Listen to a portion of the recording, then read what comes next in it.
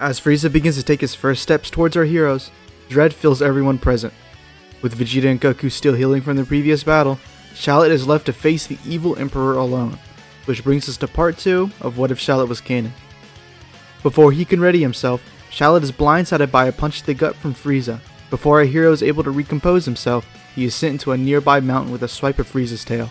Unfortunately for Shallot, the gap in their power is all too evident as Frieza toys with and dismantles him. Right before Frieza lands the final blow, a well-placed kick saves Saiyan. It's Piccolo, who with his newfound strength thanks to his fusion with Nail, is able to match and exceed the evil tyrant's power. Piccolo is effortlessly able to battle Frieza, putting him on the back foot, forcing him to transform into his second form, only able to match Namekian to his dismay. During their battle, Shallot is healed by Dende, joining Piccolo thanks to his Zenkai boost. Understanding the severity of the situation, Frieza powers up further into his third form. The two fighters are barely able to defend against Frieza's newfound speed, leading to Shallot taking a barrage of death beams meant for Piccolo, saving Namekian. Seeing this, Gohan, who is sitting on the sidelines up until now, explodes with anger, charging at Frieza to his shot. Frieza attempts to shoot the child out of the air, but is outpaced by Gohan, who begins to land blow after blow on him. Finally, after landing barrage of attacks, the young Saiyan blasts Frieza deep into the ocean, closing off with a huge blast, leaving a crater. Frieza stands at the center, burning with rage as he looks upon his bruised body. Without saying another word, Frieza gathers all his strength that he transforms into his final form. Not one to waste time, Frieza appears before Gohan before knocking him to the ground, firing a ki blast aimed at the young Saiyan. Piccolo attempts to intercept the blast, but is far too slow to make it. But as hope seems lost, the blast is sent flying into the air to the shock of everyone present. It's Shallot, who thanks yet again to Dende's healing abilities, is brought back again, bringing the Saiyan's power level to 5 million. Frieza lands before him, asking how it is that he keeps getting up, to which Shallot smirks, saying that something like that won't matter once they win, causing the Emperor to scoff, telling the Saiyan that overconfidence will end badly for him if he cannot back it up. Shallot is the first to engage, dashing towards Frieza, leading to the two trading blows. Shallot is able to hold his own and even put Frieza on the back foot a few times thanks to his crafty nature. This, however, is short-lived, as Frieza slowly ramps up his power, matching and even exceeding Shallot's best efforts. As all hope seems lost, two warriors make themselves known as they place themselves between Shallot and Frieza. Goku and Vegeta, now fully recovered, are next to face off against the terror of the galaxy. Vegeta demands that he is the first to face Frieza, to which Shallot recommends against that idea, saying that if they want any chance of winning, they need to go at him together. Knowing how bad it must be if Shallot thinks it's the only way to win, Goku agrees, telling Vegeta if he knows any better, he would too. Not seeing any other way, Vegeta takes a battle stance alongside the other Saiyans, saying they better be able to keep up with his newfound power. Vegeta leads the charge, as both Goku and Shallot fire blasts as support, as Frieza stands welcoming their efforts. Thanks to their teamwork, the Saiyans are able to put up a decent fight against Frieza, causing him to use his full power to fend them off. Slowly but surely, our heroes are backing Frieza into a wall as they work together. But in exchange for the success, all three of them are forced to fight at full power, causing them to tire out, leaving an opening for Frieza to counterattack. Before anyone can react, Vegeta is shot through the chest. Goku attempts to catch Vegeta, but is stopped by Frieza, who wraps his tail around Goku's neck, choking him. Shallot charges at Frieza, trying to free Goku, but is only knocked away, crashing into the ground below. Shallot attempts to pick himself up before falling back to his knees, unable to fight anymore. As he begins to accept his fate, a voice calls out to him. It's Vegeta. With his last breath, he begs Shallot to defeat Frieza, to avenge all the Saiyans who fell by his hand, to make him pay for turning them into his servants. With tears rolling down his face, Vegeta takes his last breath before succumbing to his injuries. Shallot finds himself heartbroken to his own confusion. By all means, Vegeta was just like Frieza, killing, taking anything he wanted, forcing others to fight for his own causes, and even killing his own men when he saw fit. But even so, Vegeta was one of their own, a Saiyan. Shallot is broken from his train of thought when Goku falls before him, barely alive. Frieza touches down before the Saiyan and begins to laugh at his misfortune. Frieza taunts Shallot, saying that they put a good effort forth, but should have known what would have happened if they crossed him. Shallot isn't listening, too focused on what Vegeta's last words were. Twice has his teammate died before him. Twice has he done nothing to stop it. Twice has he been powerless. These thoughts cause something to stir within Shallot, something to snap. With the blind fury, Shallot transforms into a Super Saiyan before Frieza's very eyes. Before he can act, Shallot grabs Frieza before throwing him across the ocean into a nearby island. As Frieza attempts to stand, a foot forces him back into the ground, holding him in place. Shallot digs his foot deeper into Frieza's back, forcing him further into the ground. Shallot promises him that only one of them will be leaving this planet alive, as he bounces Frieza off the ground before kicking him into the air, giving chase. Finally recovering, Frieza begins to shoot wildly at Shallot, to which he effortlessly deflects. After catching up, Shallot knees Frieza in the face, sending the Emperor recoiling back. Fear overtakes him as he begins to realize what he is fighting against. He only thought the rumors to be fairy tales, nothing more than legend. But here that stands before him is a Super Saiyan, as real as day.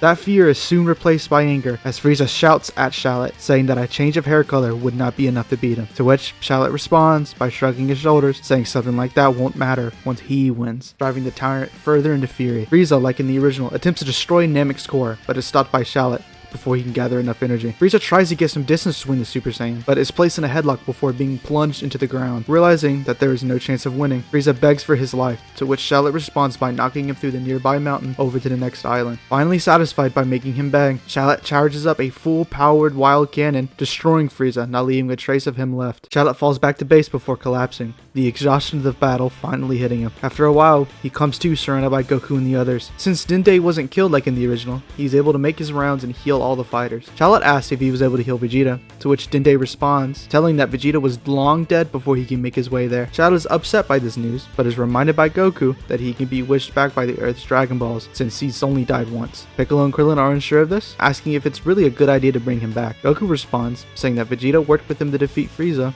and the least they can do to repay him is resurrect him. Shallot agrees, saying that if they didn't show him the same kindness back on Earth, he wouldn't be where they are today. With everyone agreeing, our heroes grab Bulma and make their way to Goku's ship, beginning the long journey home.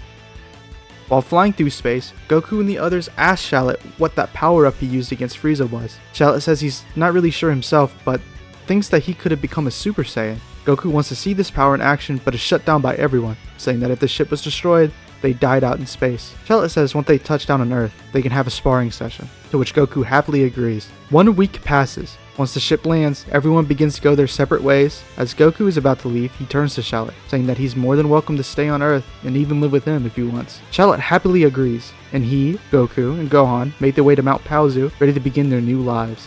1 year passes. Shallot has settled into his new life on Earth, and recently, with the Z Fighters using the Dragon Balls to wish back all of those who killed on Namek, Vegeta is brought back to life. Since Kami's Dragon Balls can only grant one wish at a time, Vegeta cannot be wished to Earth. Shallot and Goku can only hope that he makes his way to Earth after awakening. During the 1 year of peace, Goku learns how to transform into a Super Saiyan after Shallot told him what he was feeling during his awakening. With this, the two Saiyans are now back on equal footing. One day, as Shallot and Goku are training together, a mysterious stranger approaches the pair, asking to speak, specifically to Goku, as the two distance themselves from Shallot. The stranger reveals to Goku that his name is Leaks, and he has traveled back 20 years from the future to warn him of the android threat and the heart virus that will soon take his life in 3 years' time. Goku is shocked, but before he could respond, Leaks continues by stating that he's the son of Shallot and is capable of using Super Saiyan. To further drive the point home of how dangerous the androids are, Leaks tells Goku that everyone who's went up against them has died, even Shallot himself.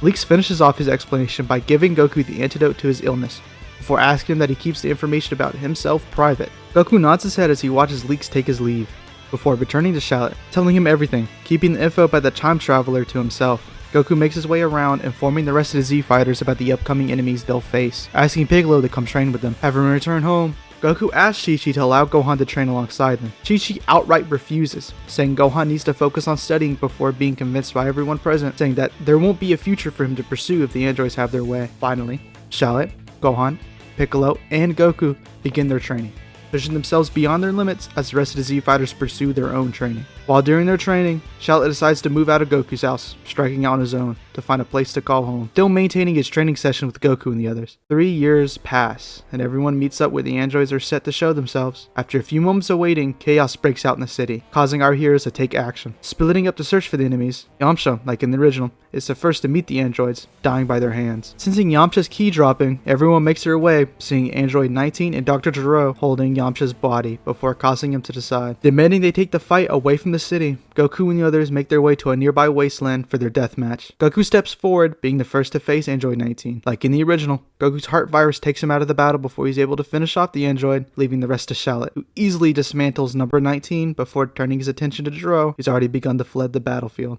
Losing sight of Gero, Shallot and the others are first to scour the mountains looking for the mad scientist. While on the search, Piccolo is attacked by Gero. Thanks to the training with not one, but 2 Super Saiyans, Piccolo is far above his Canon counterpart, allowing you to break free from Gero's hold and begin to beat him down. Like in the original, with the arrival of Bulma and now the warrior from the future leaks, Gero uses this as a distraction to yet again escape deeper into the caverns. After the dust settles, Leaks calls out to the others, telling that the androids they've been facing up till now are not the same from his timeline. Before anyone can ask any further questions, Leaks transforms to a Super Saiyan before charging in the direction Gero went, causing Piccolo to call out to him before giving chase. Shallot freezes for a moment after hearing the time traveler's name. During the 3 years to prepare, he settled up north in a place called Jingle Village, marrying and having a child with a woman named Suna, a child who shares the same name as the Saiyan warrior from the future. Shallot pushes this to the back of his mind as he follows the pair.